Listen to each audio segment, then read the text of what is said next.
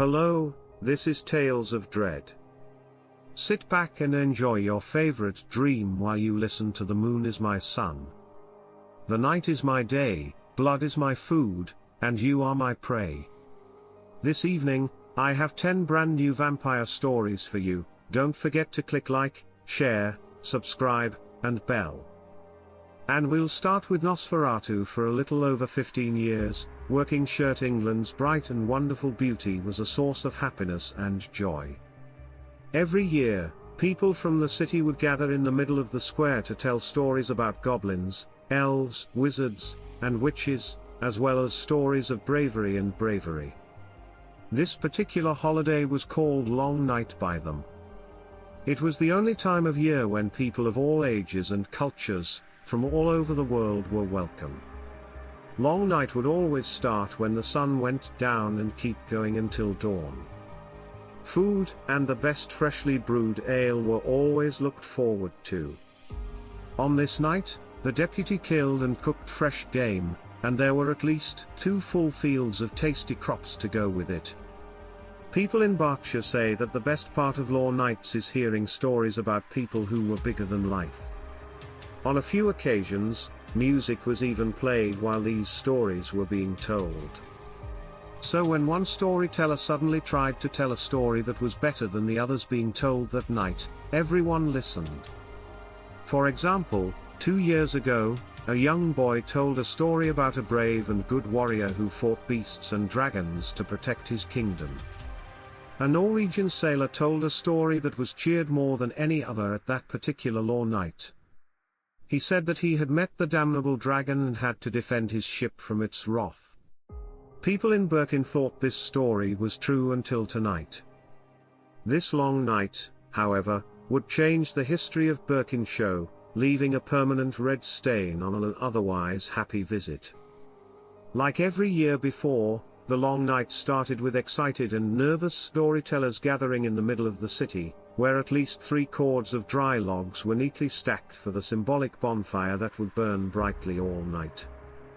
Food and drinks were put out on long tables. The market clerk, who always ran the meat and produce stands, was in charge of getting the holiday meal ready, just like he or she had been in the years before. But he was determined to make this year's Long Night feast bigger and more gluttonous than any before or after it. The woodsmen of Birkenshire started to make the bonfire twice as big so that it would keep burning. It looks like the communists wanted this year's Long Night to be the biggest and most daring one yet, as if it might be their last. For many of them, it was their last night. As the sun went down, he saw the festive pyre in the middle of town being lit. He gasped in awe and excitement at the huge height of the hungry, scorching flames, which usually were 3 times as tall and 3 times as big as they had been the year before. At this, the mass rushed to the tables where the free feast was set up.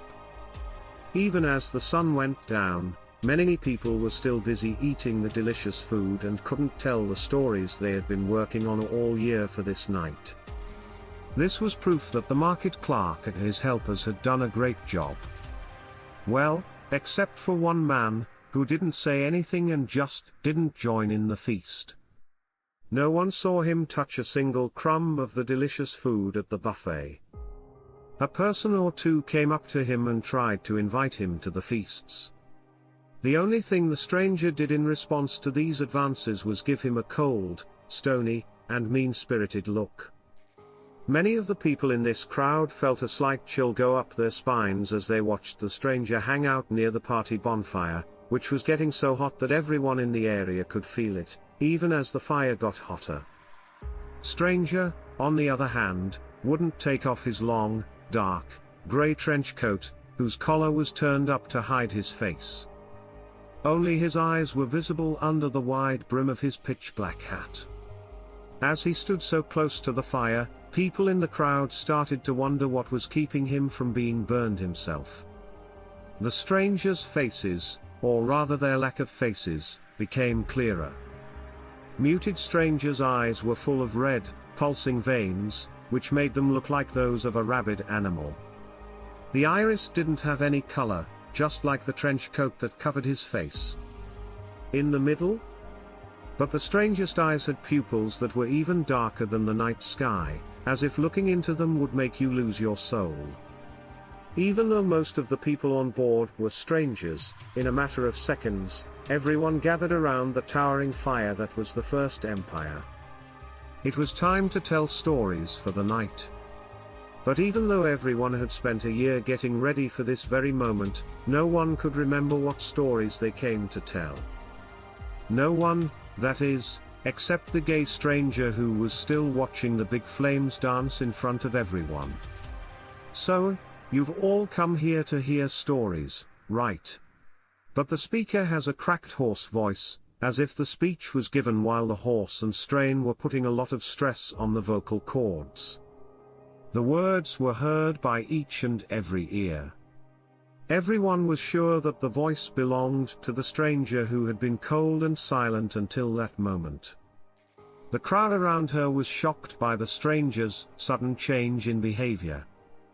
I'm going to tell you a story that will help you see the mistake you've all been making for a generation. This sentence says that a terrible chill took over the wind, making people shiver even though the fire was still burning. Some people moved closer to the flames to try to stay warm in the suddenly cold air. This was a futile attempt, as if the flames' natural heat had been taken away, leaving them to dance around wildly to top the holiday pie. This sudden event, along with the stranger's threatening and rather ominous words and the fact that they were previously silent, gave everyone in the church a strange feeling of dread. You don't believe in the entities whose names you used to make up these made-up stories, which takes away the respect and fear. They used to be people, but none of the people in the crowd at the moment could figure out who they were. Abrasive claims. They must have thought, in a hopeful way, that this act was just a way to get the attention of the audience. This was a long night of fun and merriment, filled with the wriggling of old folk tales and tall tales made by eager minds, not the grim and macabre things that the stranger thought it was. But what I'm about to tell you is the story of where I come from. Pay close attention to what they say, because when you all have to do penance, your hearts may stop beating and your souls may hurt. The full number of people whose actions you and your jokes have made this story look bad. The stranger started to stand still, as if he were a statue made of marble or granite, his menacing gaze fixed forever in the flames of the fire. This story starts with the priest of my home country, Father Dirk. The father was a good and righteous man, but the world and the righteous ways of the God Most High made the good father blind to the dangerous arrogance of closing his mind to powers that were too strong for even the Heavenly Father to fight. As the strange man kept telling his blasphemous and macabre story, the smell of decay and formaldehyde filled the air, making many people gag and others try to throw up as the offensive smell continued to pollute the once fresh air. I couldn't stand anything in life that I didn't think was God's will, just like you all. Father, dear relatives, Shao is too quick to dismiss anything he doesn't think has holy value as just an illusion. This has made him and all of you think in a wrong way. The father lived his life this way for many generations, blissfully unaware of the forces at work outside of the sacred rites of the Christian faith. All at once, the flames changed from a bright orange to a reddish-orange color, indicating that they were getting closer to hell. The heat that had been lost came back, making the customers sweat a lot. Beyond the mild physical discomfort, however, was an infernal fear that this and the other strange things must be related to the stranger in some way. This was the conclusion that everyone agreed on, but no one said it out loud because they didn't want to draw unwanted attention to themselves and because they were also getting more and more morbidly interested in where the stranger's story would go next. The stranger's eyes got even bigger, emphasizing how strange they looked. That is, he kept talking and his voice kept getting louder until a Kandra came along whose very nature could challenge the church's will. No one can figure out where he came from. No one could remember ever having talked to him. He had no idea what his name was. Outside of the light of the bonfire, the darkness started to creep closer and closer to the tall flame, enveloping almost all of the people who had gathered. Only a few people were safe from the shadows. By the fires that never went out. Small whimpers of fear and worry came from them. They started to lose sight of each other as the darkness grew, but the stranger, who was still visible in the light of the fire, kept telling them about his ghostly words. The stranger finally started to take off his trench coat's buttons, but not quite enough to see his face. Except for his dead-looking eyes. The Kandra want to live in peace with the Navy, as you can see. The stranger kept his sinister look, which seemed to make the flames dance on the party power even more violently than before. But his hunger and different beliefs forced him to spend his life in court. He would spend his days in a happy state of hibernation and walk around the land when the moon was out. This was strange to the common people, but it wasn't enough for them to avoid him. It was his strange way of looking at living blood.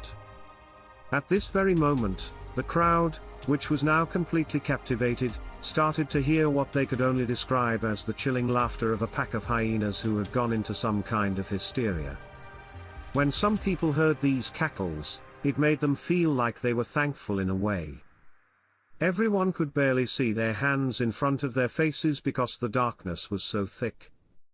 They had to imagine demons making the noise because they couldn't see anything else.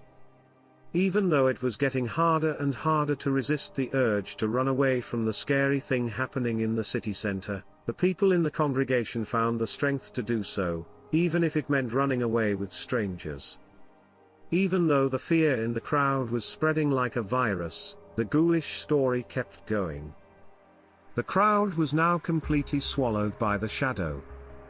His taste and desire for warm, fresh blood could never be satisfied, because someone like him could never get enough.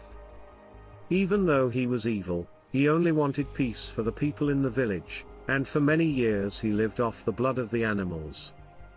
One night, when he woke up, he found that the country had been watching a beautiful young woman. She was the most beautiful person who had ever walked these lands or ever would. Since he was born, he hasn't felt the love that was born inside of him. The manic house from deep within the looming shadows got louder, closer, and clearer, like a flock of predators surrounding their helper victims, letting the poisonous fear paralyze mind and body before gorging themselves on the fresh pound of flesh. Screams and shrieks of fear rang out into the ever-present darkness, as maliciously ravenous eyes shone as red as rubies. In the jewelry of the maidens who were at the horrifying scene of unholy events, a crown of thorns appeared. With no way to escape the dangerous darkness and whatever evils were in it, the crowd started to gather as close as they could get to the burning celebration pyre. Still, it takes a lot of care to stay away from the stranger, as if getting too close to him could make them suffer from some kind of ugly power. But he might have something. "What's your real name, Morley, sir?" From far away, she asked the mysterious man what was going on, and the stranger's story went on.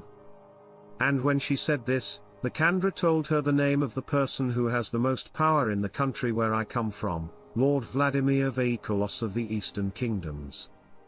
The stranger yelled the name, which caused the fire to flare up in an angry burst and the crazy house and cackles in the consuming darkness to bark out into the open night, getting closer and closer to the center as quickly as his eyes could trap her heart and give in to his lustful whims. After that, many nights passed. The proud lord called her down from her tower so he could drink the precious blood from her beautiful porcelain neck. It was said that Lord Classic Ulysses's bite made the maiden want him even more. Each night she was sent to wait for her consort, she grew restless and impatient. Just look. Many of the people in the crowd started to feel cold, small hands caressing their bare skin as the cackles from the consuming void kept getting closer to their soft DNA in whispers. Each person in the captive crowd could hear these whispers, which almost seemed to be a part of nature. The stranger, whose damning look was never stopped by the never-ending rage of the flames in the bonfire, kept staring at them while his voice turned into a mean rattle pie. As much hate as his tail could carry. Her blood. Did he drink and drink and drink until his mistress's siren call went unanswered for many nights? When he found out she wasn't there, he had been looking for her and was hungry for her blood. Because after they last saw each other, the native told the always righteous father, dear Kinshasa, bad things about her. Kinshasa, in all his holy ways, ruled her to the world and Holy Father above as a witch. The devil knows how strong their faith is and how sure they are of what they believe. The sad lord found out that his maiden had been caught in a blind conviction by a raging fire, just like many maidens had been before you all. Now, the crowd could hear screams of unimaginable pain as the wild, untamed flames began to shape and form themselves into the shape of a young, delicate maiden. As soon as its fiery birth was complete, black and more open, it let out an agonized wail that evoked an unutterable pain and sorrow that mixed with the powerful fear in the crowd that could not and would not waver as the flames returned to their former states. His horrifying voice took on an aggressive tone. He swore to punish those whose religious beliefs led them to do this terrible thing to them. In the cold night, he came and was followed by many, and families would find more of their loved ones gone in the night, only to be spies the next evening as one of Nosferatu's followers. Vladimir, I condemn you all. You sheep of the Lord who bleat. He wrote to them on the full moon, at dusk, damn you. Damn you all whose faith keeps you from seeing that there is more to the world than God's law. Your actions, which your God thought were righteous but you couldn't see or control, caused me to lose what I cared about most. I say this as long as I have to walk on these lands with feet made of earth. When the sun goes down on this night, for every generation to come, me and my night dwellers will come and take anyone we see in their play away from you, just like you took her away from me. For this, I swear to you and everyone else whose faith and corrupted practices run your lives, this night will belong to us, the Nosferatu, the vampires. I gave this place the name very gravely Dusk, which is what Rikers will call it for the next 100 years as the North knocked the vampires' night. And when his speech was over, the vampire lord Nicholas started his dark campaign with Satan by spilling his wild rage blood from the Grey Priest. Father Deacon blamed the rough and burning anger of many who died for the warm, innocent blood. That night, before the sun came up, they told him to stay away until the next year's cycle woke him up, which ended in the same horrifying way as before. The terrible noise got louder and louder until it was hard to hear. With only the stranger's spooky, raspy voice and every nose that has been knocked since Nicholas has walked on this cold night, Nicholas can tell them apart. He saves his desire for blood for those who are too stupid to believe him. When the strangers were done, they told horrifying stories. The evil laughs stopped all of a sudden, leaving only the crackling of the fire to fill the room with a startling silence. As a stranger took off his trench coat and hat for the first time, he revealed a thin, bony-faced band with grey, clammy skin pulled tight over his skull and long, wispy strands of albino hair. His cold, dead lips began to part into a deranged fox-like grin, revealing long, thin canine molars as sharp as the nobleman's dagger. On the other side of this, a young woman in the terrified crowd screamed out, "Who are you?" For the first time, the stranger took his eyes off the holiday pie and looked at her. "My dear, delicate blossom, my name is Nicholas of the Eastern Kingdoms, Lord of Vladimir. Tonight is Knock the Vampires Out night." This frightening news. The blazing fire shot up defiantly into the air to shine a light on the horde of beasts that were attacking people in the dark. Just a few minutes before, each of them told their cruel truths. For sure, these were the vampire Clavicle's followers. As soon as the first squeal of hysteria was heard, everyone ran away.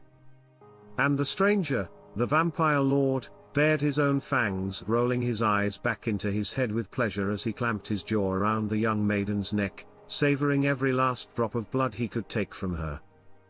As he rose from her, now dead, the once raging flames suddenly stopped, leaving the helpless crowd in complete darkness as the Nosferatu came upon them.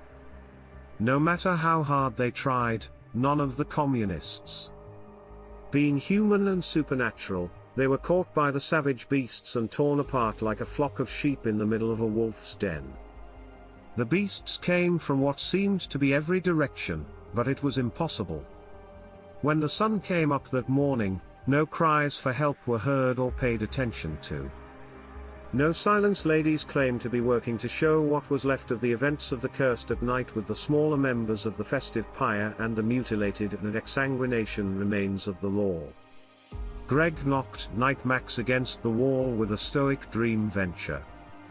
Night Max was about to become forever tied to the Nosferatu tradition. The time I beat a vampire master. Well, I sort of made it through. I'm Greg, and I just found a real vampire nest. I'm young and full of life.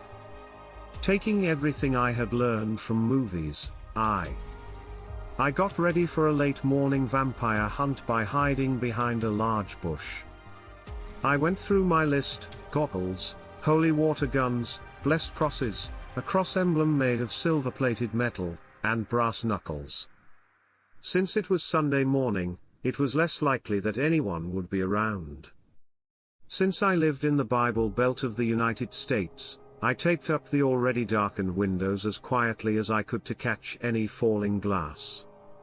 Attach a duct tape handle to the broken glass so it doesn't just fall and make noise. The windows were broken, after all. I climbed up the gutter to get to the master bedroom window. I had a holy water gun filled with garlic paste and the sun was behind me. I broke through the window. When the anti-vampire water gun shot something or someone away, I was held in the air by the throat. What's going on? Kid, teens A was the master vampire, and she was standing there in the middle of the day. Aren't you too old to be soap, charging into a vampire's lair? Do you think I'd die if I drank cooking spice and Jesus water? Don't tell me you really thought the sun would take care of everything. I'm not so young that I'm going to die because she let go of me and I fell to the floor. When I looked up, I saw that she was frighteningly beautiful and completely naked. I'm sorry, she laughed briefly, then stopped. Go ahead. Get a load of this, the master vampire said with a wicked grin and her fangs out. Sunlight makes vampires sick, so they die.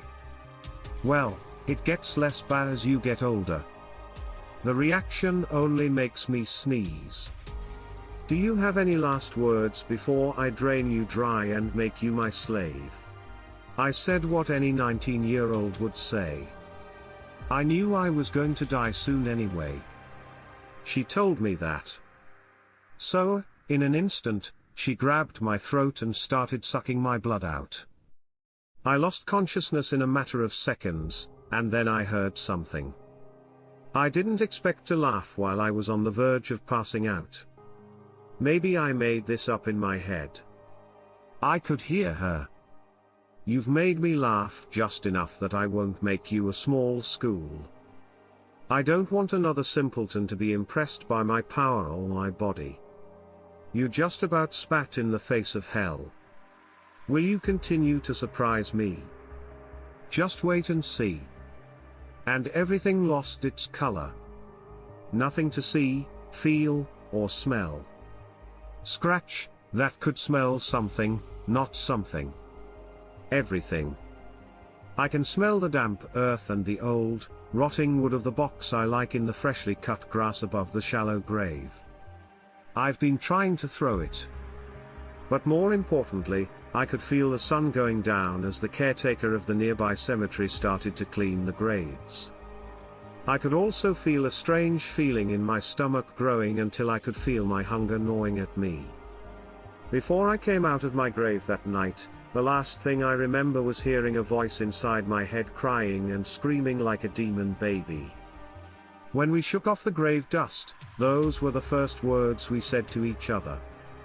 They were also the last words the graveyard caretaker would hear. Rise of the Countess was written by Javal Ear. Captain Fred stood by and did nothing as his cavalrymen destroyed the village, which had no way to defend itself. After taking everything of value and burning the rest, they now focus on the people who live there. Adults in the settlement were tied up and used to practice with lances, swords, bows, and matchlocks. Most of their wives were enjoyed for a while, and then they were sent away. The stronger and younger men and boys would be taken back to fill the slave markets of the Eternal City, and the unspoiled maidens would join the harms of its ruling class. It was a pretty normal thing to happen, as far as the years go. It was a horrible thing to happen, for sure. But the merchants back home always needed fresh blood, and an important lesson had to be learned here. This barbarian backwater was easy for the Imperial army to take over, but the local peasants would have to lose a few worthless hamlets before they would learn to accept their new rulers. Also, he thought that his share of the stolen goods and the slaves would make him very rich. He had to admit that it was a bad way to end a campaign. They set up camp for the night and had a party. Tomorrow, the caravan leaves, and we go home with our spoils. The oldest son of the stonemasons tied a wet cloth around the sick girl's head and said prayers to the gods for her well-being. He didn't want to say it out loud. Not after she started screaming when he first began to pray. 16-year-olds with freckles and elfin faces twisted in pain, and their deep-set brown eyes moved around erratically. Sienna was very sick, and no one knew what was wrong. Ballen had seen that she was sick and ordered herbs. A blanket. He gave her an extra supply of water and even let her ride in his surgeon's carts. The small peasant girl was very pretty, and he knew that if she made it to the markets alive, she would be sold for a lot of money.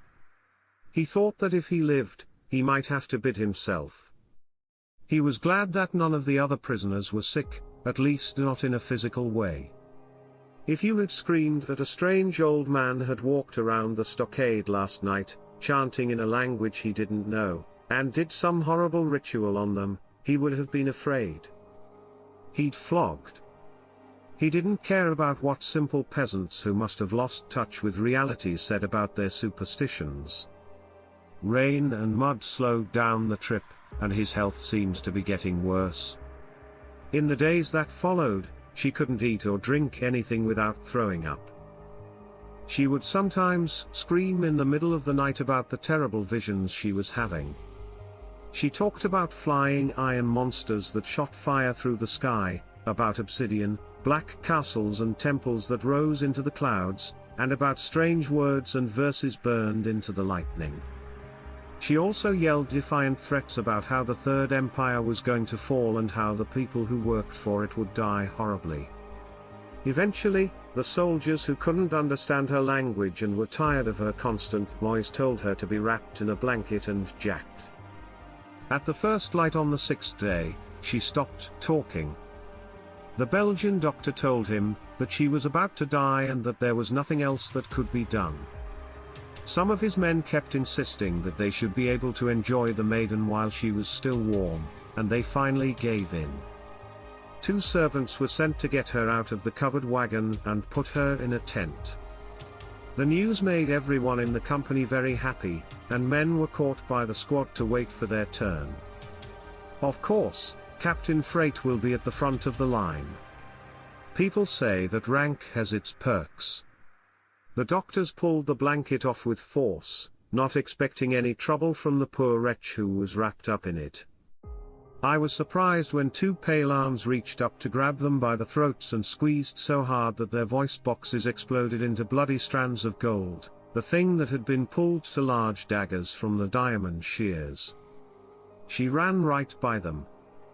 One of these was thrown into the eye socket of a nearby enemy, and the other was repeatedly driven into the chest and belly of the swordsman closest to her.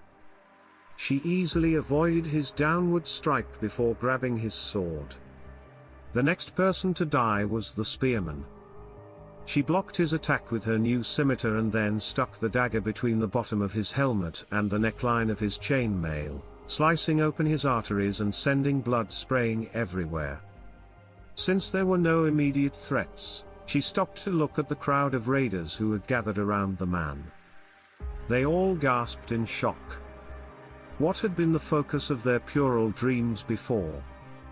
Under her skin, you could see that she had grown new muscles, but not enough to explain how she could hurt men 3 times her size. She wasn't just pale, she was also as strong as a dead fish's belly. Her breasts came quickly and hard, and her head twitched from time to time. Her face didn't show any signs of fear. On the contrary, she had pulled back her lips into a grotesquely happy rictus smile. Her brown eyes were now as red as coals on fire, and her hair was as red as the blood that was all over her simple linen dress. The fact that her face still had a lot of its innocent, elfin, delicate look only made them feel like they were seeing something wrong. There are still 95 to go. She thought, even with her new skills, I knew this was going to be a hard battle. Not everything was as bad as it seems. About 1/5 of those 95 people were just support staff. They were mostly untrained, unarmed, and unarmored, so they didn't pose much of a threat to her. Many of the rest have been helping themselves to stolen goods from the village, and even at this early hour, you could count on them to be drunk. Other than that, they were caught off guard, and many of them couldn't get to their weapons and armor in time. The last few days of heavy rain should have dampened the powder in their guns and made their famous composite boats less effective. As a unit of mounted raiders and light lances, they should also be used to fighting in the mud close up.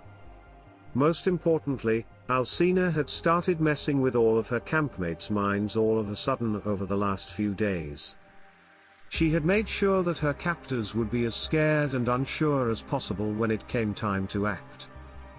The 200 captives, on the other hand, would be as angry and aggressive as possible. Unarmed peasants, many of whom were children, couldn't do much against a group of professional killers, but they could at least be a distraction. After only a few seconds, shouts and screams came from the camp. Cinna let out her own wolfish howl before charging into the nearest enemy. She broke his lance and cut him in half from head to chest. As the other people came at her, her blades and body moved with a blinding fury. She buried herself when she had to, fought back when she could, and tried to position herself so that as few enemies as possible could come at her at once. The beat in her heart skipped. A few minutes later, she heard a noise that sounded like thunder and sounded like a musket ball going by her head. Damnation, she thought as she looked up at one of the Oscars and saw a cloud of smoke coming from where it had been shot. The horsemen may have all lost, but the men in the cars must have kept their powder and matches in oaken chests and gut skin pouches to keep them safe. She hadn't thought that it might turn into a problem. She could take a few sword blows or arrows without too much trouble, but she had no idea what these guns would do to her. Did she want to know too much? That's good. That gunner must not have been a very good shot, since his leader's javelin ear looked like it was thrown with more skill. She thought that something else was putting her in a lot of danger, so she joined him on the vantage point and got ready to shoot missiles at her. One of the kids in the village ran up to him and bit his ankle. He cried out in pain, turned around, and hit the child's head over and over with his heavy boots. Then he jerked and stiffened up all at once. When he looked closely, he was shocked to see that he had been stuck on a lance point and was now stuck on the car. Croony came out from behind the ox cart and gave a nod to her bloody clothes and crazed eyes. The villagers were almost able to match her when they found Captain Freight carrying something under his bedroll. Alcina said that a worm like that didn't deserve to die in a person's place. With a hot knife and a pair of shoes that felt like fur, she went on to take away from him everything he didn't need to live. Then he told his doctor to keep him breathing at least until he got to the city that will never end. She told him to separate the dead enemies from their bodies and send their heads back with him. 2 other men who didn't want to hurt her people as much were also let go because she needed a second car to carry all the severed heads. She thought about blinding at least one of them, but decided it might be better to be kind now, at least in front of her new subjects. He looked unsure of himself as he walked out of the main camp holding his partisan and wearing a fine surcoat and chainmail suit that didn't quite fit. Alcina had gone her own way. She took a few of the horses and turned them into pack animals. No one knew what she was going to pack, since they were leaving nothing but a bunch of headless bodies in this empty wilderness. She was now taking care of her fire and doing something very strange with the meat she had gathered. She took off all the fat and cut the meat almost as thin as parchment before hanging it over the fire to dry. He wondered what she thought she was going to do, but since he was out of salt, he wasn't in the mood to ask. She stood up and moved toward him with more of a glide than a walk, and he fought the urge to run away in fear. "We go back the way we came until you catch up with us, which is what you said you would do. I still wish you would come with us." She gave her a handshake. "I've changed since then. I'm hungry. It would be silly to leave so much of it for the birds of prey. You can take care of everything until I get back. You are my soldier, and you will protect my people, at least from anything that isn't me. I'm no marshal. A simple peasant who is stronger than most of his kind." A listener yelled, "You are whatever your countess says you are, and you won't ever say anything different." Her red eyes briefly flashed with fire. Now that he was back in town, he really did shrink. Krunik was so surprised by the sudden outburst that he laughed quickly. She laughed, too, and then she gave him a smile. "Look, if I can't be a simple farmer anymore, then you can't either. In the future, we will find a better way to do it. Marshal Crew, until then, this is your duty to me. If you don't do it, I'll punish you. Please me," and she got closer to him and put her hand on his cheek and gently stroked it. "You'll be rewarded. By maybe I sweat, the eternal order." How much sweat was coming down? My face was completely awful. I was soaked. My face was as hot as the first day of summer. My clothes were sticking to me. God, I hated how sticky the sweat was. It made me feel like I had the worst fever of my life. The pain I had to go through was a punishment from God. The penalty for what I've done and the bad things I've done. But I'm writing in this journal as a way to say sorry, as if my sweat were falling from my head onto the pages. I'll show you exactly what I've done. Please have pity on me.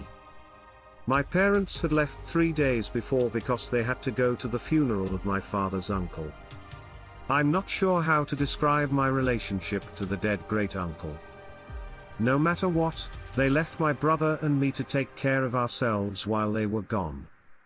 Just recently, my brother started high school.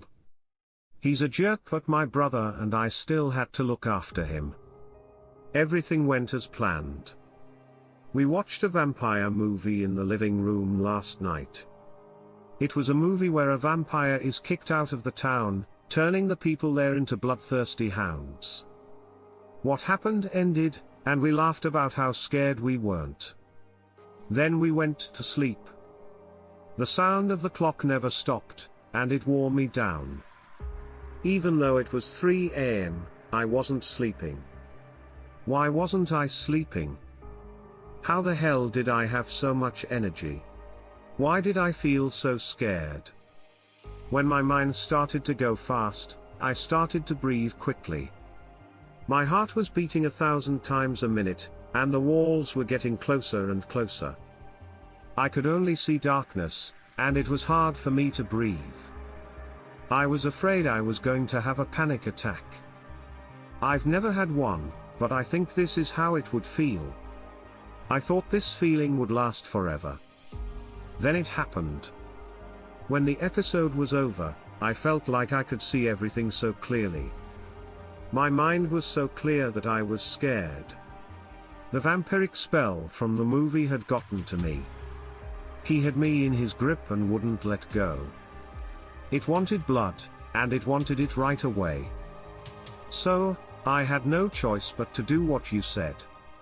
Even though I knew I should stop, I couldn't make myself do anything else. I was unable. When I got out of my old bed, my bag creaked. I always told my parents about it, but they didn't care. As I walked slowly across the floor, the boards creaked. People always complained that we lived in an old house, but my parents didn't care. The door to the kitchen opened. When I took the knife out of its block, it creaked. It was an old knife, which made me love it even more. All of the past.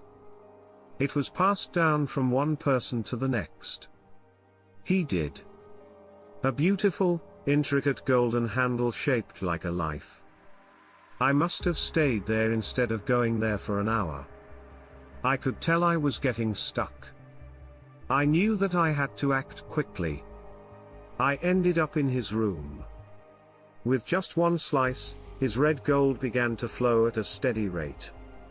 He had no feelings. I felt everything. The happiness was overwhelming. The best feeling I have ever had. I didn't stop until all of his blood had been sucked out of his body. Not yet done. There was a lot that got on the floor, so I cleaned it up as quickly as I could. The floor was nice and clean. Every sign of the crime was gone. The only thing that was left of the crime was my guilty conscience. All of this was done with the tongue, which is the most useful tool of all. We are now back in the present. I'm sitting here with tears in my eyes, thinking about what happened as I write about it in my journal. Well, I know this is a dangerous journal. After reading that I didn't even get rid of the body, I know that any jury in the world would find me guilty. It's still lying on its back there. But I don't care because I'm here to do something more important. Now an eternal order. My parents are coming today. I can't stop thinking about how they'll feel. I wonder what they will do. I'm not sure if they will still like me. I wonder if they'll understand what you meant by forever by a vesper and what they'll taste like.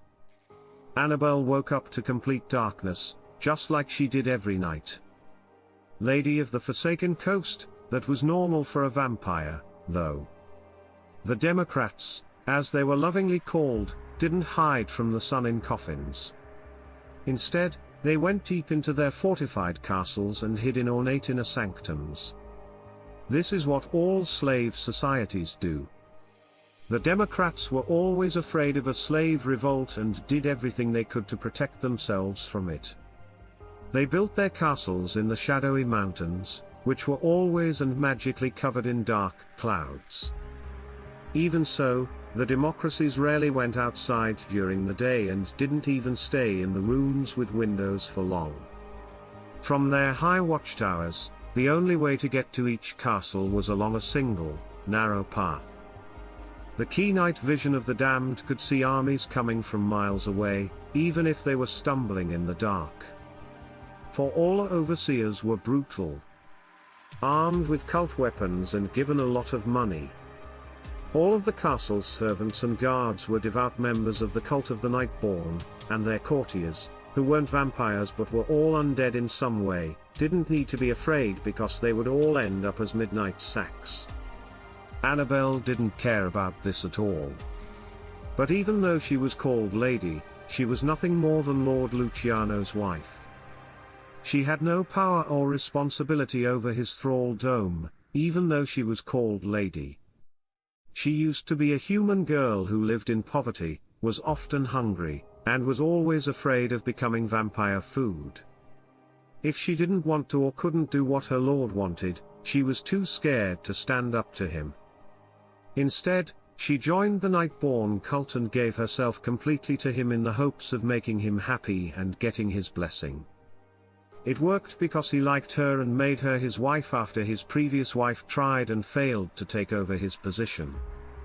Now Annabelle was a spoiled princess who never had to hunt for her own food. With a flick of her finger, Annabelle's telekinetically lit all of the red candles in the sanctum of lacquered ebony, casting a warm light on her porcelain white skin. She took off the furs and woke up. She stretched out her body before climbing onto Luciano's strong body and lowering herself onto his blood-filled organ. His supernatural blood pulsed through her vampire body, and she could feel it. She took him into herself, which made sex with her good morning master even more exciting. She was happy. She brushed her dark hair back and leaned down to kiss him. He didn't say much more than a happy grunt. When he woke up, he was always in the mood. But when he was groggy, Annabelle got to be on top. On the bed, though, it was a different story. He would ravish her until they both fell asleep, as usual. When Luciano was done with Annabelle, he gently pushed her off and went to open the door to the room, leaving her to lie down and calm down. The door was made to be too heavy for anyone but Luciano to easily open, and a normal person couldn't break through it without making enough noise to wake up the people inside. Annabelle, who was super strong for a human, didn't know if she could open the door on her own because she had never tried. Luciano, on the other hand, was able to open it with a single push with one hand. He then pulled up on a cord to make a loud bell ring, and seconds later, handmaidens dressed in satin rushed into the room to help them both get ready for court. Annabelle asked her maid, who was combing her hair at her vanity, "Have you gotten any sacrifices for tonight's court or Brown?" "Yes." Mistress Wagon got there first, with at least a few prisoners on board. "Master Luciano and you will both be able to choose." Barbara smiled at her and didn't seem to mind that she casually asked if her mistress would have a chance to kill someone that night. Soon, the lord and lady put on their silk and velvet robes and went to their throne room with their staff. Heavy cast-iron braziers hung on the walls of dark, old stone and were kept lit day and night for the sake of the people who worked and lived there. Nearly every stone surface had a relief of scary demons, victories over rebellious thrills, or bloody, barbaric rituals. Tapestries, paintings, and statues also showed these kinds of things. It would have been pointless to fill the castle with such beautiful propaganda, if the people who lived there couldn't see it. When they got to the throne room, it was full of quiet, alert guards and dressed undead courtiers who were talking loudly and jokingly with each other. When the master of ceremonies rang his gong to let everyone know that the lord and lady had arrived, everyone stopped what they were doing and bowed to Luciano until he sat down on his tall marble throne. Animal Seat was much smaller and more girly than her lord's, but it was just as showy as them. They weren't next to each other either. They were far enough apart that a handmaiden could stand on either side of each of them. Because of this, she was far enough off-center that no one would ever mistake her for a core agent with her husband. When they were both sitting down, the gong was again rung, but court was still in session as usual. The courtiers told Luciano about things going on in his thraldom that surprised him. They then argued about what the best thing to do was until Psycho frantically nodded in acquiescence. When their lord told them what he was going to do, Annabelle didn't mind that none of them ever really talked to her directly. She was so bored by politics that she cried, and she was glad that Luciano never stopped her from talking quietly with her handmaidens in court. The only thing that interested her was when their made by a charismatic old witch named God, brought up God. He was as ugly as his lord and lady were beautiful. He had grey, wrinkled skin, sparse white hair, and none of her nose, lips, or eyelids. This never stopped him or made him sad, though many people would envy his charm, wit, and zest for life. At the time he was telling his lord about what some of his foreign correspondents had told him, the witches of Whittaker had recently lost the Howling Woods to a Lycan revolt, which cut their wood supplies by a lot. In order to stop them from building a war fleet and trying to invade, he started to suggest ways that Luciano and his allies could help the Lycan revolt to make the country even more unstable and stop an invasion for good. When his lord raised his hand firmly to tell him to be quiet. "Well, I appreciate how careful you were to protect my throat. This doesn't seem like something that can be decided in one conversation, especially since my wife and I are both first." He made the announcement by opening his mouth wide and letting his shiny fangs fall. Annabelle smiled when she also let her fangs come down. "I think we should talk about this problem at a special meeting later and then move on to tonight's sacrifice." Gallagher coughed, and he didn't do it in a humble way. "Yes, my lord, if that's what you want. I'm sorry, you're right. This is not the most important thing. And the fact that your vampires drink blood is not up for discussion. So, let's do something with the blood, shall we?" Gallagher said eagerly, clapping his hands together. "Guards, guards, bring the sacrifices forward." The master of ceremonies started to beat the gong in a rhythm, and the coaches all got into a big circle. Guards led in a line of chained prisoners, all of whom had been sentenced to death by their home country, even though they were all accused of heresy against their lord. This was a very broad term that could mean anything from trying to start a rebellion against him to not meeting their quotas for reasons that were completely out of their control. They were all dressed in white robes, as if they were getting baptized, or some of them were shaking in fear. Most of them didn't seem to care or fight anymore about the fact that they were going to die violently soon. Annabella got up first and walked over to look at them, as was her habit. "You're weak and unthankful." She snorted as she went around them and licked her teeth as she did so. "And most of all, self-centered. How dare you not give yourselves to us without charge? How dare you think you have any right or reason to live? As such, you are all mortal. You will all die, and your lives have no point. If you didn't die tonight, you'd probably only live a few more years before you got sick and died of something painful. And in another poetry, few years, nobody will remember you at all. No matter when it happens, this is what will happen to you all. So, I want to know why it's okay for you to delay it but wrong for us to hurry it up. Since the beginning of your kind, you've known that your lives can only have purpose and meaning if you serve something that will last long after you're dead and forgotten. Those people who are lucky enough to be held in thraldom by a democratic lord are incredibly lucky to have such a close relationship with their gods and spend their lives working directly for us. We give you the chance to give your short lives to us. If you didn't, you'd waste them looking for meaning where there is none. You have all failed to see this as the gift that it is, and instead, you have either wasted it or given up on it completely. This is a sacrilege. We've been given you as sacrifices, and we're happy to take them. Take comfort in the idea that you might die tonight. Me and my husband will live forever. Your short lives don't mean anything, but our eternal lives mean everything. Your small part in keeping our lives going is the best thing a mortal could ever hope to do." She pounced on her first victim. Now, there was a girl who had been shaking all the time and looked like the only reason she wasn't crying was because she had already cried so much that she was dehydrated. Annabelle had nothing but contempt for such weakness, And she was very proud of the fact that it was her sacred duty as a predator to get rid of weakness and make her prey stronger. Species.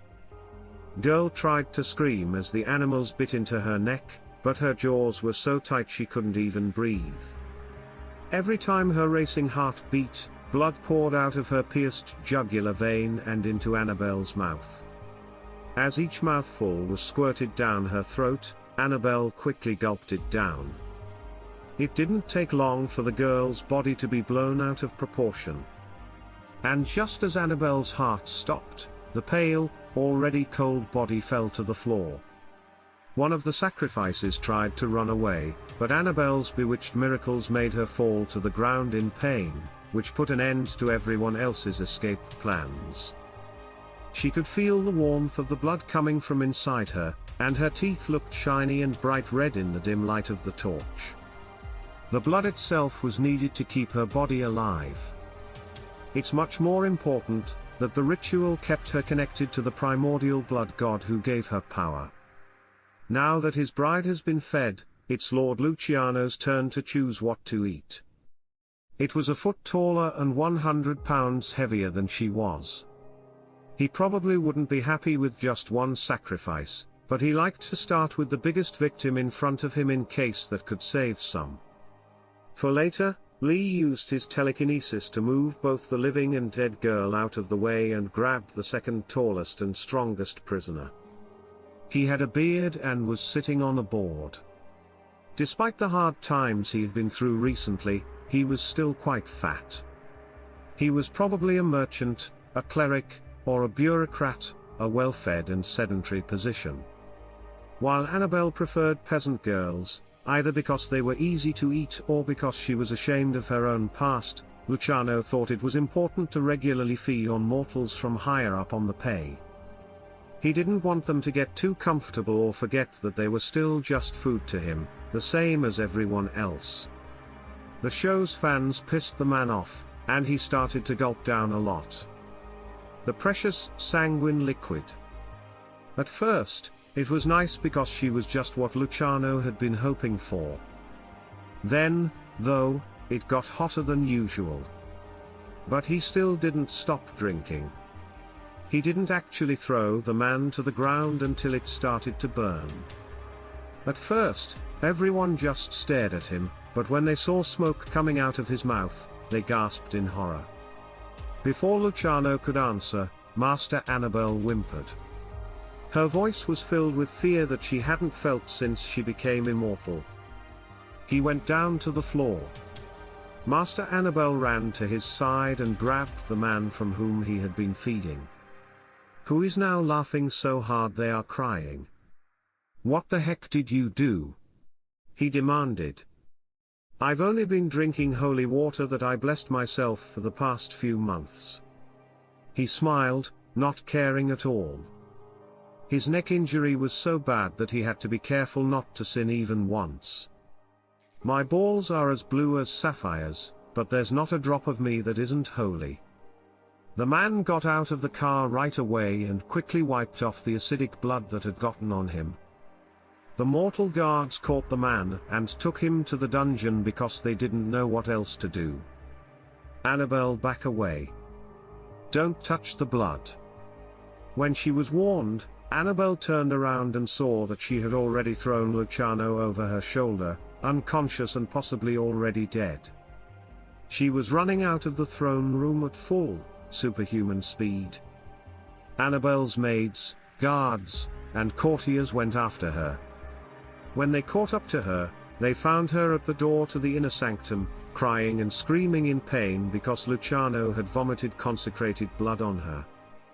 Her skin was burning because of this. She used all her strength to push the door open. Slowly but surely, inch by inch, he pushed the door open until it was just wide enough for him to fit through. Annabelle ran into the house and threw Luciano on the bed. He wheezed in fits and starts, and smoke was still coming out of his burning body. But he still wasn't dead. Annabelle pulled a random-looking wooden plank off the wall and let it fall to the floor. She then reached into a hidden space.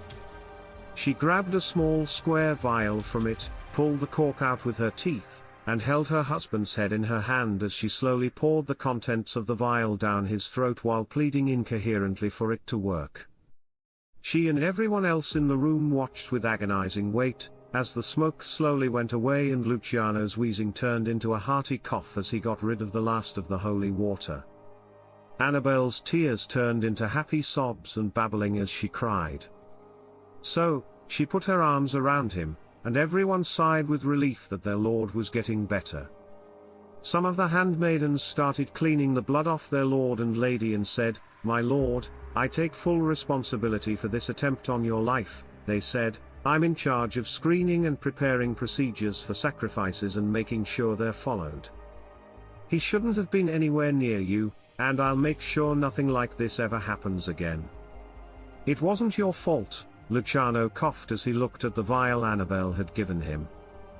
"Send a new overseer to wherever he came from and tell them to put the old overseer in a bit right away." My lord immediately nodded, turned around, and ran out of the sanctum as fast as his dead legs could take him. Just in case Annabelle didn't agree, even though it wasn't his fault. "You all have to leave, too? I need some time alone with Lady Annabelle." He said something for a moment. All of the guards and handmaidens did what they were told without question, which made Annabelle look at her husband in confusion. "Master, did I do something wrong?" She spoke quietly. "You knew this was here, and you knew what it was." He held up the vial and asked with a raised eyebrow. "Yes," she gave a nod. "It's from the show Matlock in person. 1 ounce of his original self was traded for 1,000 ounces of virgin blood. From 7 sacrifices. I thought it might cancel out the effect of the holy water and help you heal again." "And it did, didn't it?" "It didn't," tell Luciano. "But why didn't you take a sip? What do you want to say? It was you who was going to die. I mean before you found it, as soon as you did. You must know what this can do, right? If you drank this, you would have gained the power of a vampire for at least a century, and you might have become even stronger than I am. You could have let me die just now. And my thrall dome is my castle. Would have been everything?" Your Annabelle just stood there and looked confused and hurt by his questions for a moment. "Master, I love you." She just said it.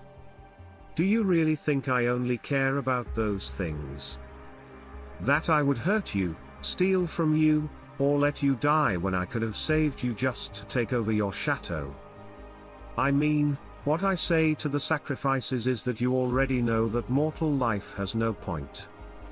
You picked me out of all the girls at the meeting to be your bride, and you gave me eternal life. And that's why I love you. I promised to always love you.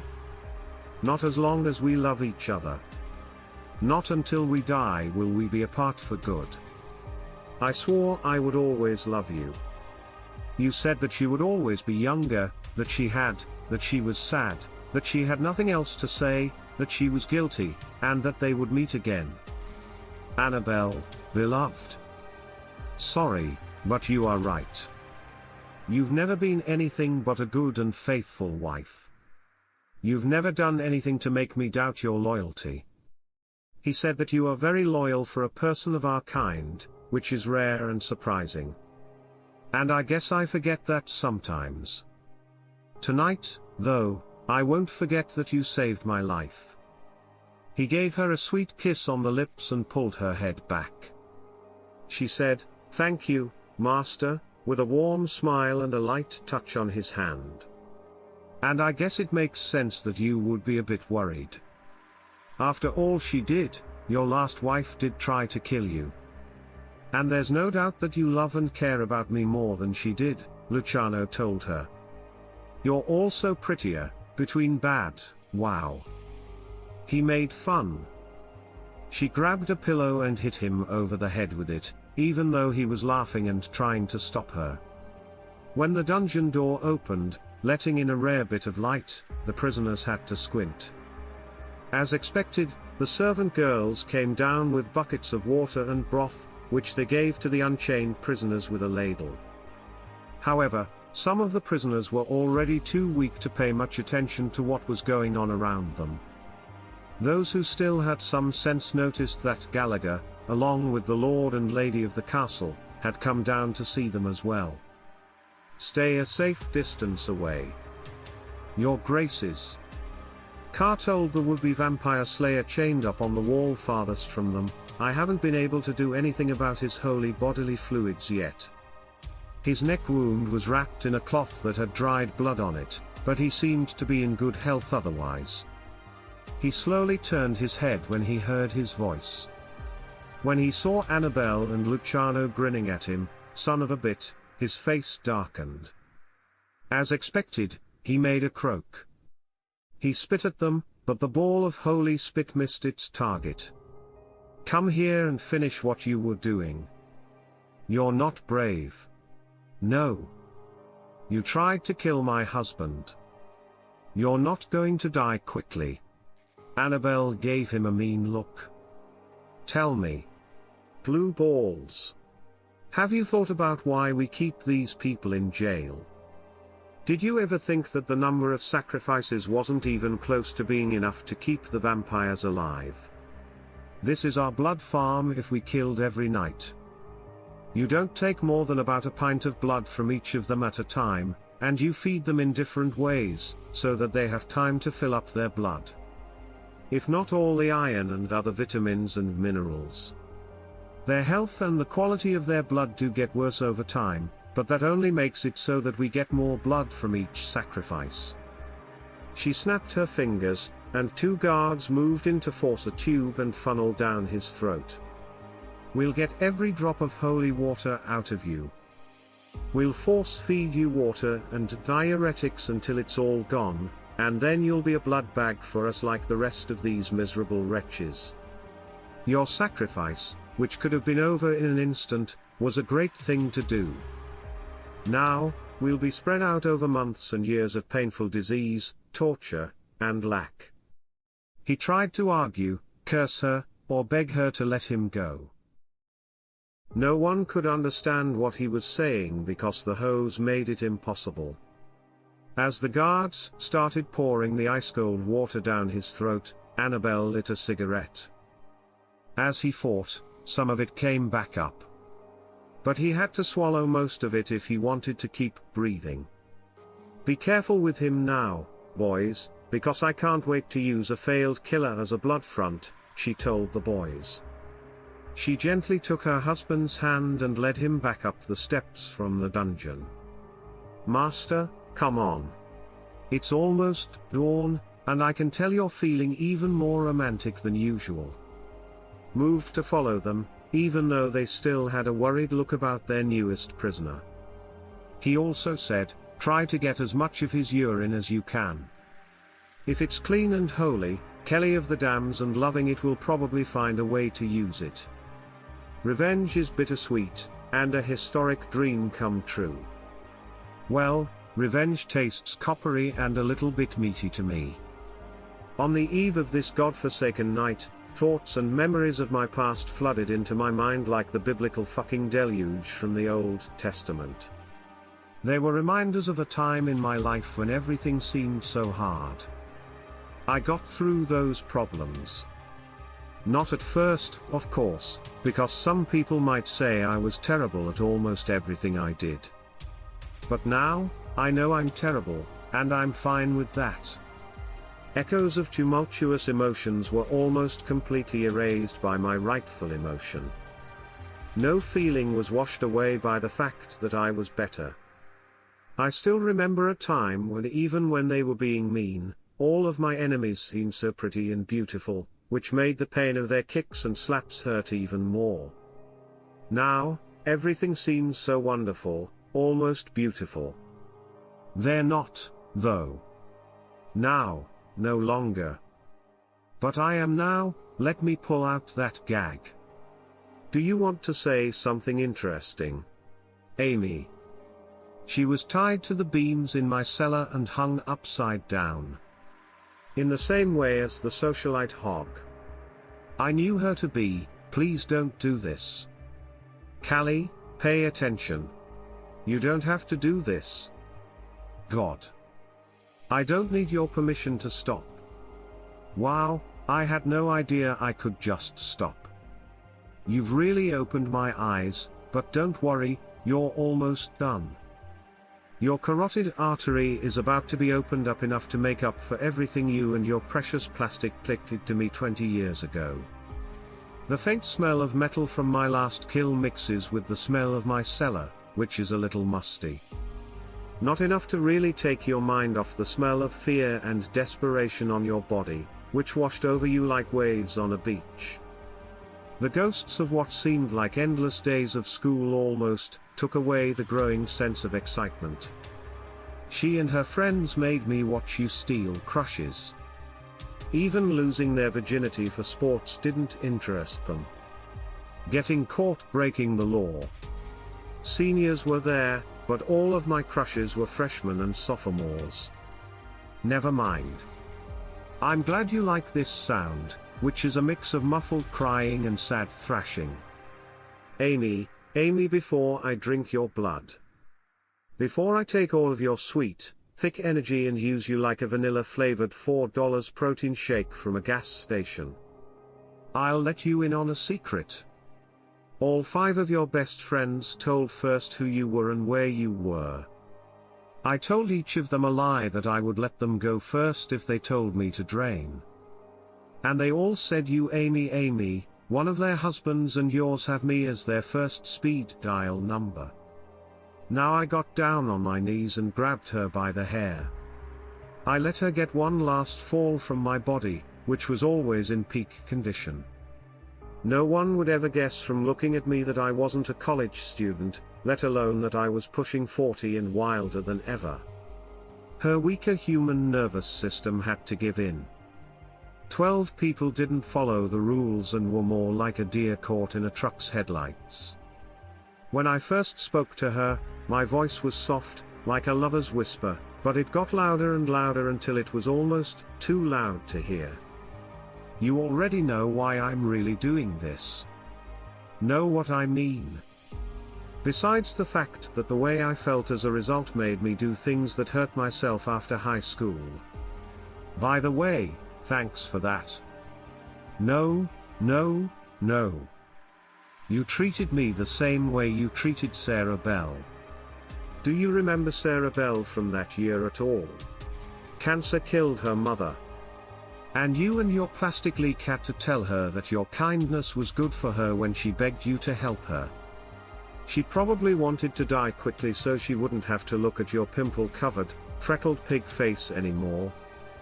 No, Amy, I'll help you choke on your words and die.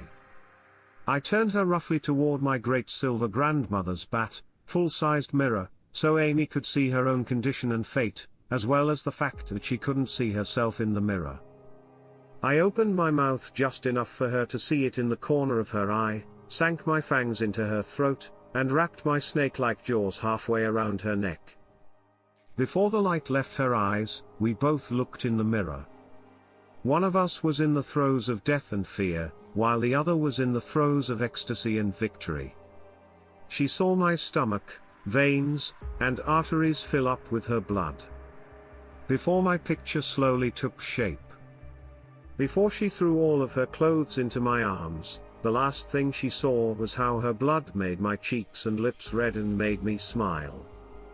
Burning heart, I put her designer brand shoes down after all of her earthly remains were destroyed and slipped on her shoes, so they fit perfectly. I couldn't say no to a still adult couple, which is one of the few things I still find hard to do. Now that Sarah Bell's plans for revenge are done, I'll stop by my best friend's grave and see if her ghost wants to hang out.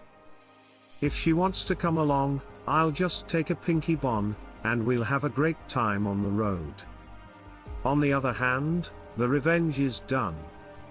I have a lot of problems with the demons. Amy and her 5 friends made deals with good news, Sarah Bell still wants to hang out with me and my other best friends. Let's find out what the men are doing. They made deals with the same demons whose contracts have now run out. Smart, at least one of them will point me in the right direction. Girls shouldn't go out alone in the woods at night.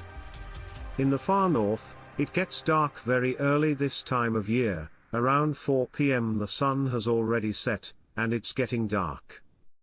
This is not the best time for a girl my age to be walking home alone. The path I took from junior high school to my house was off the beaten path and took me through some quiet, empty parts of town. No parent who loved their child at all would let them walk this way at any time of year, let alone in the dead of winter. Just as I was about to turn onto the path, through the woods after passing the cemetery, I became aware of his presence. At this point, you could say he was far enough behind me to be safe. I didn't want to face him when I turned around. Still, I could tell by the way he walked and how fast he breathed that he was about 30 or 40 feet away. There were no other people around, and this road was a dead end with no houses on it, so it was unlikely that anyone would drive by. I was very aware that it was just him and me. Even though I had a lot of thoughts going through my head at the time, one of them was in charge. If this situation goes the way I think it will, I don't need to do anything right now. I started to speed up, not so much that it would be obvious right away, but enough that I would put a lot of distance between us, unless he was really following me and changed his speed to keep up. Within a few seconds, I could feel him break into a slow jog so he could catch up and get closer to me. Okay. Can you make a decision in real time? Should I run away or turn around and talk to this man? At this point, I was right at the beginning of the wooded park, so I decided to go back the way I came. Hello. Mister, can I do something for you? Are you lost? I could tell that people were surprised that I had done what I did. Still, he quickly got himself together and kept coming slowly. Hey, little girl. I was just looking for my dog out here. He may have gone into these woods, I think. Do you want to find him with me? He was now giving me a smile. What's the name of your dog?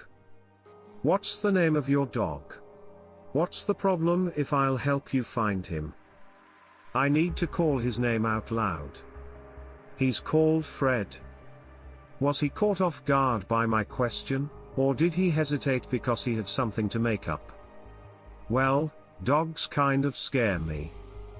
I guess I'll just go home. Sorry, but I can't help. Can I walk you home at least? Where are you going? It's too dark for little girls like you to be out here.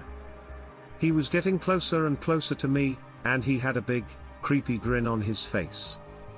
Just on the other side of these woods is where I am. Believe me, I'll get home just fine. I still want to walk with you, if that's all right. I mean, my dog is probably in there somewhere. His ice blue eyes were locked on my nail like a laser. It felt like he was trying to put me under hypnosis with his eyes. Well, I guess you should look for Fido if you're sure he's in there. Fido is an old fool. He said, I'll find him for sure in that there's no dog. This guy is sure to cause trouble. It's time to do something. I turned around and ran into the woods while I still had a few seconds to get him going. The truth is that a 13-year-old girl's body can't run as fast as a man's. He caught up to me way too quickly. In fact, he did it so fast that we were still in the road's line of sight and could be seen because the street lamp was bright enough. Why would you run away if someone came close? He asked. I'm not going to hurt you. Sorry. Mister just got really scared thinking about your dog running around in here. When I was younger, I got bit by something pretty nasty. The idea that it could happen again scares me. Okay, I understand.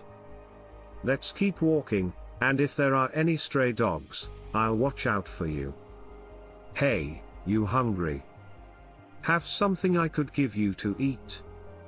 Let's sit down and eat somewhere nice. What are you holding? I was hungry, as it turned out. Malicious. Homemade spaghetti and bolognese. Let's walk a little farther into the woods, and then I'll tell you. He didn't have a bag with him, and it was impossible for him to hide food in his pockets. This was not true. Not really. Mister, my parents say that I'm allergic to garlic and shouldn't eat Italian food because of it. Okay, then, let's just keep walking. His heart rate was going up, and adrenaline was starting to flow through his body. Let me hold your hands. I could smell his excitement coming from his paws. That way, you'll be safer. He didn't wait for me to answer before grabbing my hand. He was very strong. It was clear that a normal girl with my height wouldn't be able to get away from this jerk. Soon, we were a long way from any street lights or sense of safety. Things were soon going to change. Almost all of it works. He must have known this because he let go of my hand and stood in front of me to stop me. The fake smile was gone. Okay, little lady, it's time to stop having fun. Well for you. Anyway, I'm about to start having fun.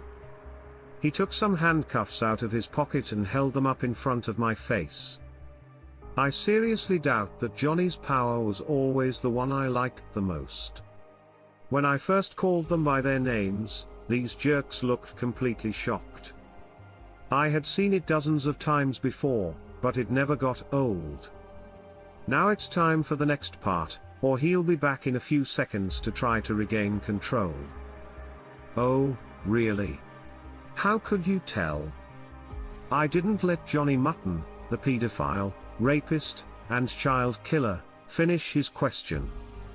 We've been keeping an eye on you for some time. Damn. He looks stupid. He still had those handcuffs hanging in front of him. What did we find for you? Just looking at the gears of a normal person. The part of the game where brain slowly turned was not my favorite. Just figure it out already. Then you can act like it doesn't matter that you're in charge here, and we can get to work. Well, I couldn't care less. How do you feel? You see? Good. The cockiness was back. It was always more fun when they thought they were still in charge.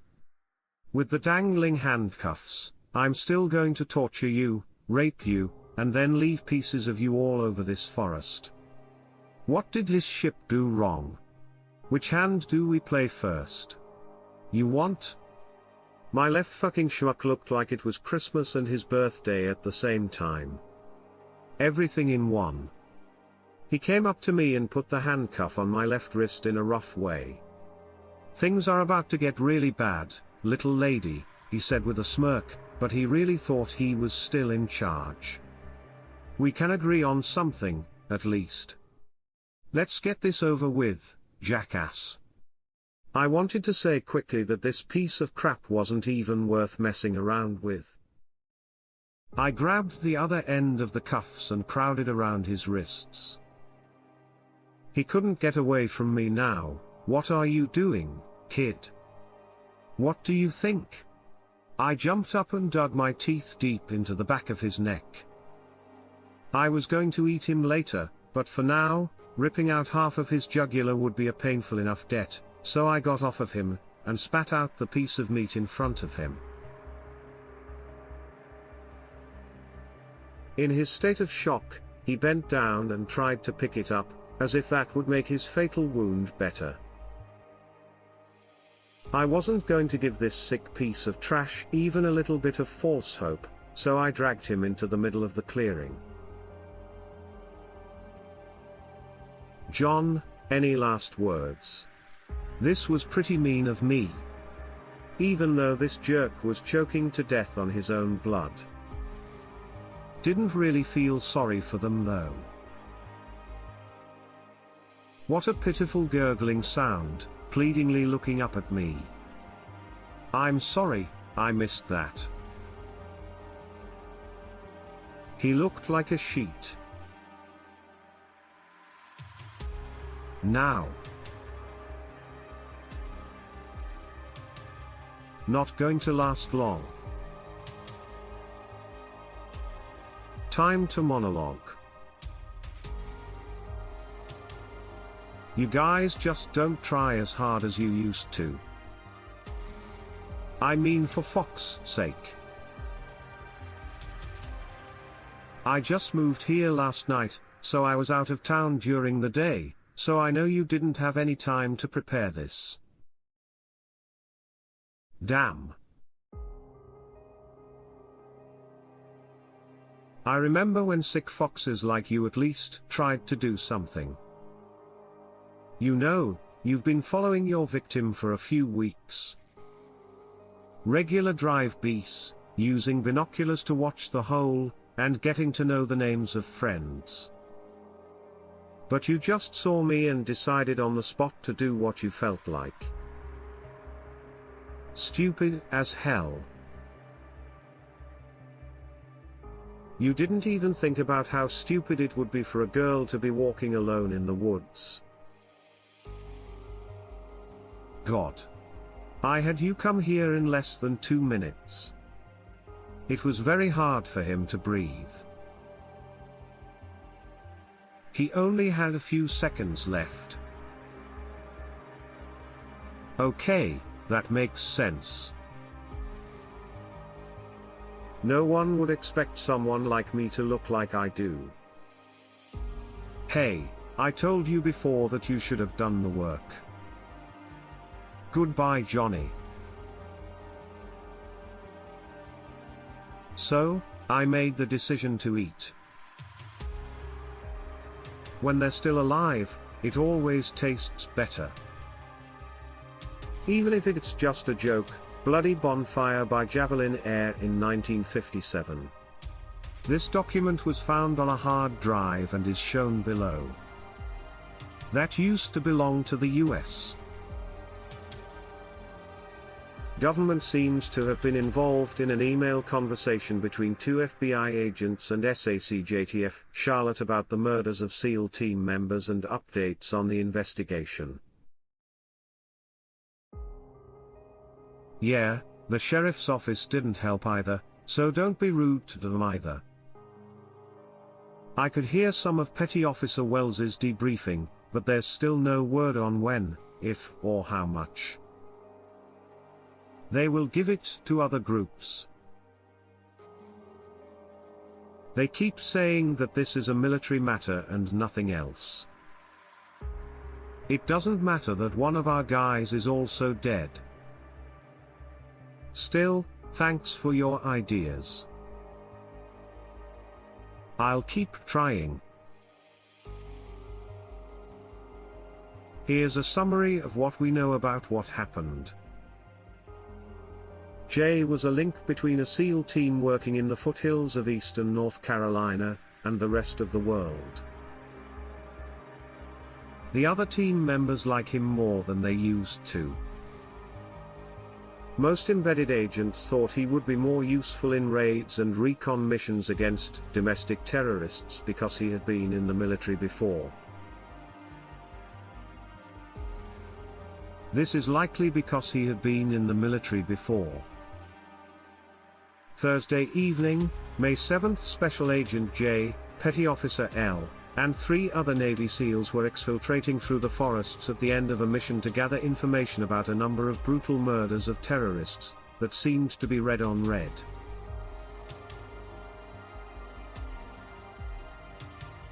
The killings may have been caused by rivalries between groups, and we hope to take advantage of any disagreements in their ranks. Arriving at a small campsite along a river.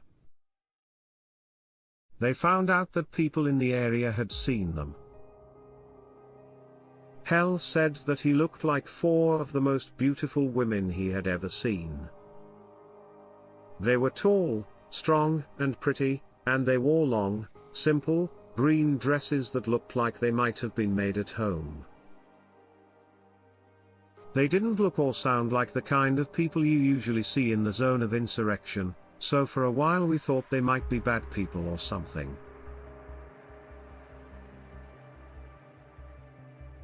Let me tell you, I think we were all pretty happy to see them in the sky at the time. They said they were fishing and asked the seals if they could help them make a fire for the night. They say they didn't like guns and told the men to put them down before entering the camp. Even though they had to follow strict rules, the whole SEAL team put down their weapons right away. This included rifles, ammunition grenades, pocket knives, and car keys. They start putting them in neat little piles without giving it a second thought. As if they were about to walk through metal detectors. I can't help but wonder if these beings are really smart enough to use Pavlovian conditioning against us on purpose. They went straight to the next task, which was to gather tinder and kindling and start a fire for the women. The night was filled with fun. They were singing a strange foreign song that almost made the men forget that they were fighting in a counterinsurgency operation and not just hanging out with their girlfriends at a campfire on the weekend.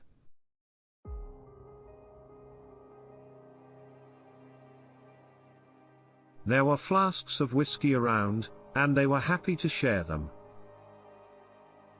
No one thought anything was strange about the women, who seemed to move from one man to the next before choosing one and sitting on a log or blanket next to him. The first thing I noticed was that blood was dripping from my closest teammate's neck. I could also see that the girl he was with was God and that she was tearing him apart in the firelight. I saw her feet for a moment. They weren't people, and she didn't have any shoes on. Her feet looked like hooves. The interviewer asked if she was like a deer from Greek mythology, like Saturn's. Yes, they were satyrs, but I couldn't tell if she had fur on her legs like they do, since I could only see her hooves and claws. Any other unusual things that stand out? Not that I can think of, said the petty officer, either missing or not noticing that the question was a little bit sarcastic. If that's what you mean, there were no signs of fangs either. He then told how he was able to escape. His weapons were far away, and he didn't think he'd be able to get to them in time. So we just turned around and ran. He ran back down the pebbly river toward where he knew a bridge crossed the river. He hoped to get away from the terrible things that had happened to him there. Women chased after him, and kept up with him the whole time. Even though it was dark and the ground was uneven, they never fell too far behind. You can't hide, hunter, because we can smell the blood on you. They would yell and even make loud jokes about how they were not like their mothers when they were their age and how out of shape they must have gotten to let their food get away so easily.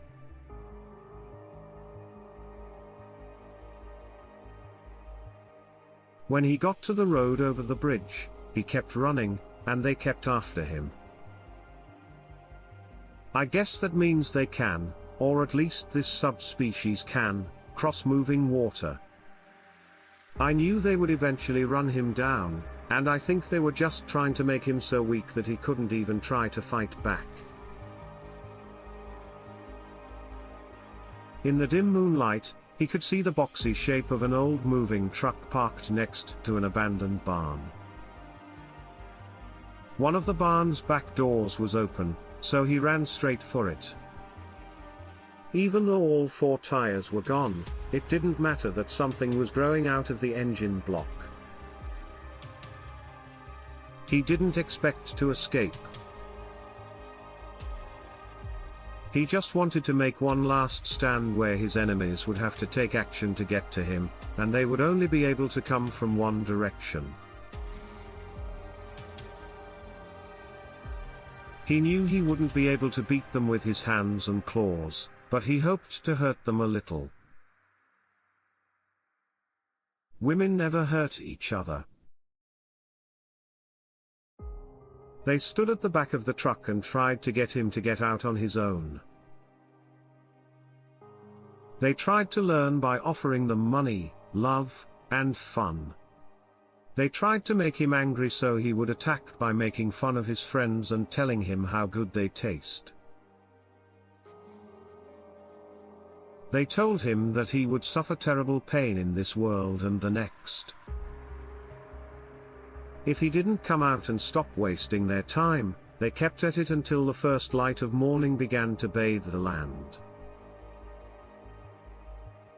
When the women left the scene for good. When he got to the place where they let people out, he told them to go back to the side where the massacre happened. They found Special Agent J and the other people. Their throats were cut, their chests were cut open, their hearts were missing, and most of their blood was gone. If the women had anything to do with what US soldiers seen during Operation Mamba, there are no signs of them left. And it seems likely that the car's steel frame was what kept it safe.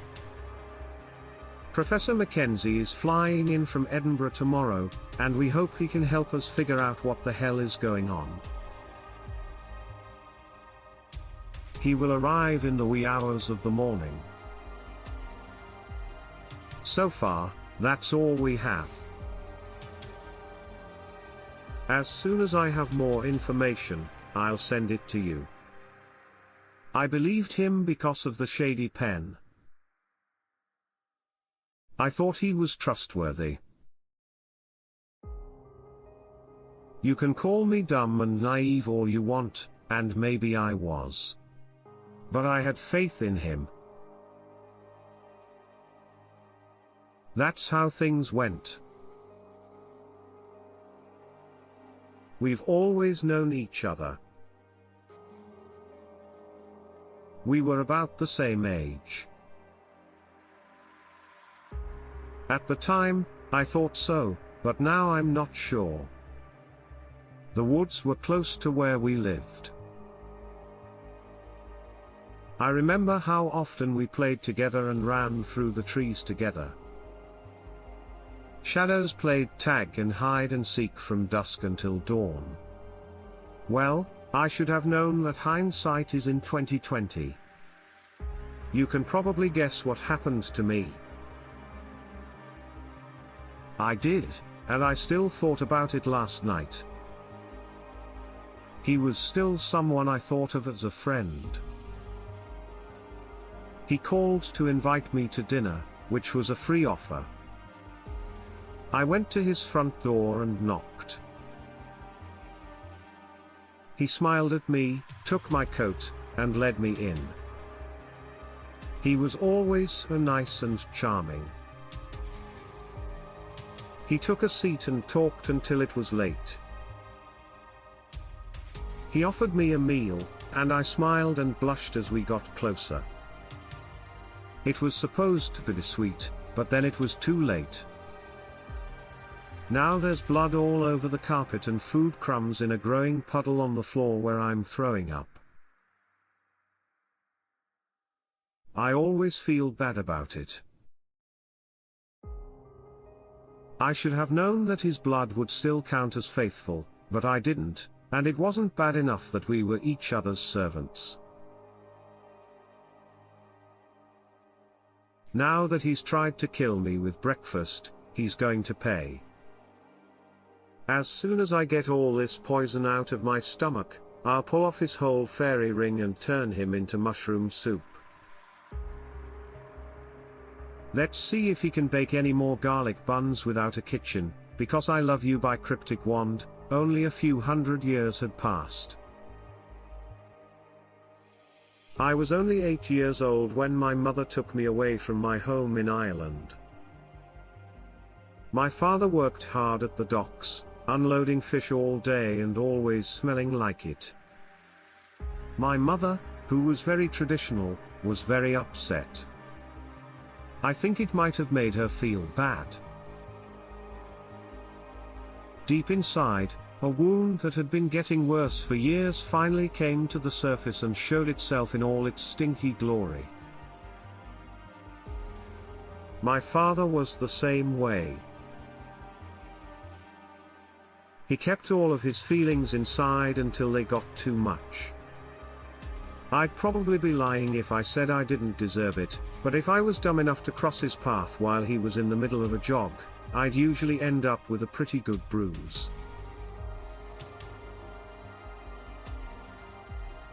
As I've already said, I didn't start the whole thing. I'm sure my mom set the man up on purpose, and she got beat up just as often as you. Like usual, people would complain about how much he drank.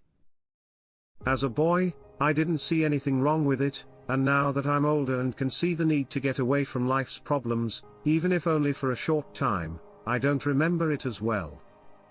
But I remember the wooden mug exploding against the wall, just missing my mother's head. She was mad at him again as soon as he walked in the door, but she was wasting good money on that poison. I used to get so mad and yell at her in my head, wondering why she was so stupid as to provoke him. That night was not the same. But that night, he beat her with everything but flesh. I just sat in the corner of the kitchen and prayed to God and all the saints who could hear that it would end soon. After a while, I got up the courage to tiptoe to my bedroom, working carefully around broken furniture. My poor mother was a mess because she had crawled under the table. I almost joined her until I tripped over a stupid stool. He turned his head, and when he did, his eyes looked like hell was on fire. I don't remember what he said, but he was on top of me and hitting me within seconds. I asked him to stop so loudly that I didn't hear the fire poker hit him in the head. I only remember that it stopped and a huge weight fell on top of me, making it feel like my lungs were going to burst. I looked up at my mother, who was covered in blood and swollen all over. She was pulling him off, and we left without any clothes or money. After that, things were bad. It was late fall, and I had traveled halfway across the country to get to the town of Galway. Back then, it wasn't nearly as big as it is now, but it was big enough for me. We met a family in a small shelter that wasn't clean or warm. There was nothing but a street kid. My mom was now a prostitute. I didn't see her much. She spent most of her time in a warm bedroom with a lot of men, which made me hate her even more. The days got shorter, and snow soon covered the town. My mother rarely came by during the day, but when she did, she brought me a piece of bread and some cold soup. There was nothing like the hot stews we had when I was a kid. We looked like I was hungry. I didn't take a bath, and when the itching of my war coats mixed with the bites of lice and other small bugs, I started coughing just a little bit. At first, I wasn't too worried because I've been sick before, but then it got much worse. During the day, I could feel my throat closing up. I tried to cough up the swollen skin, but all I could come up with was blood. I slept a lot more because it was better than being awake and in pain, but I could still feel the choking metal heat that burned inside of me even when I was asleep. I fell asleep again. I dreamed of all of my dead aunts, uncles, and cousins, and I even met a brother I didn't know I had. That was the last time I would ever feel so calm and happy at the same time. I felt like I was being pulled back hard by the scruff of the neck. That was a big gasp. My eyes popped open, and the pain in my body was terrible. I can't quite put my finger on it, but it felt like all of my muscles, joints, and tendons were cramping together into one big squeeze. I could only gurgle, and my internal screams were much louder. I thought the muscle in my chest would give one final thump, and then nothing. When I opened my eyes, everything was as clear as a bell, and my muscles were relaxing at about the same rate as the heat inside me. In fact, I had no more pain from my illness.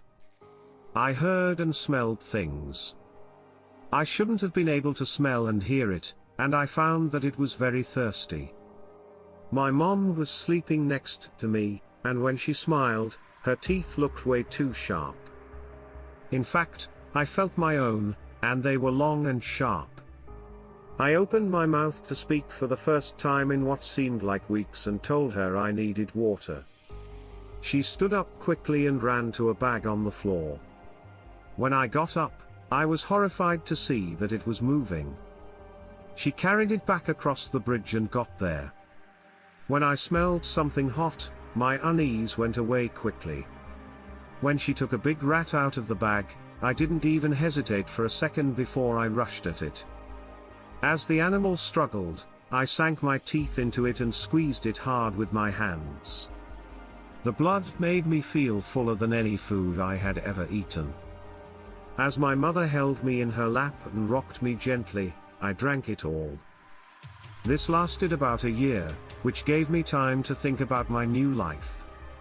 I didn't like it, especially since my mother told me to only draw animals. What she did to me was terrible, and I hated her even more because of it.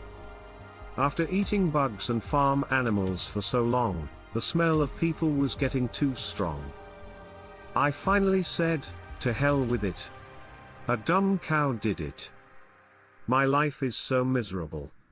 Anyway, I waited until the land was covered with an even tide.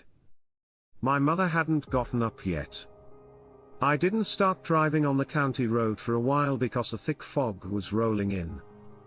It looked like a big storm was coming, and sure enough, I could hear thunder in the distance.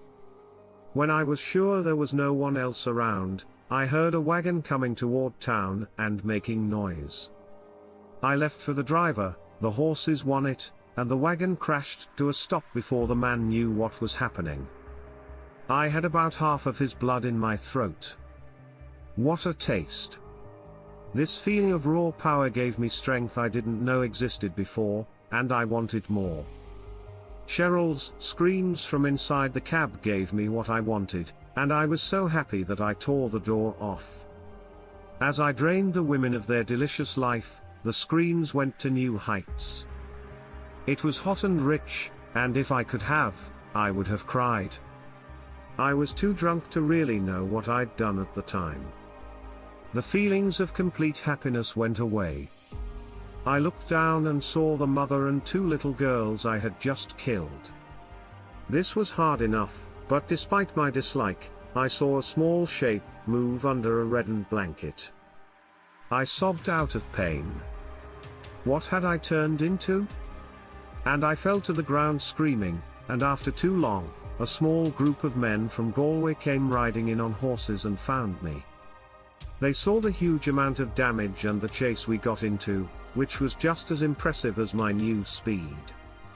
The horses were quick to catch up. My mother grabbed me as I ran into the empty, foggy streets. We ran as fast as we could to the cemetery that had been our home. I started to feel safe, but I was wrong. There was nowhere to hide, and my mother didn't have much time. She pulled me over to a small tomb, pushed the heavy stone over, and let me in. I got old and rotten, and my bones rattled under my body. If I had known what was coming, I would have fought back, but in the chaos, I saw my mother whisper, "I love you." She put the lid back on top of me. It was tough to understand. Even though my senses were heightened, I could still hear my mother scream. They never gave up. After that, nothing happened for about 200 years, and I lost track. I kill time by writing books. I feel bad about how I wasted my time with my mother every single night. I'm still grateful for all the things she gave up for me, though. I need to know why. There is always the same answer. I try my best to eat animal flesh. I do slip from time to time. The letter she gave me that terrible night is the only thing that keeps me going. I was afraid that this day would come, my dear Brown. So I wanted to find a way to put things to rest. Suppose you lost me. I know you hate me because of all the bad things that have happened to you, and if I could change them all, I would. You were the only thing that mattered to me. I couldn't stand by and let your father hurt you, so I sold my body to get you a safe place to stay. I had nothing else to sell for money when I saw you get sick and almost die, so I did what I had to do. A friend of mine changed you into something different. It breaks my heart to do it. But I couldn't let you go. So you wouldn't have to be alone, I changed myself. I also know how hard it is for you to have to kill animals to eat, but I didn't want you to hurt anyone else. I don't know what will happen.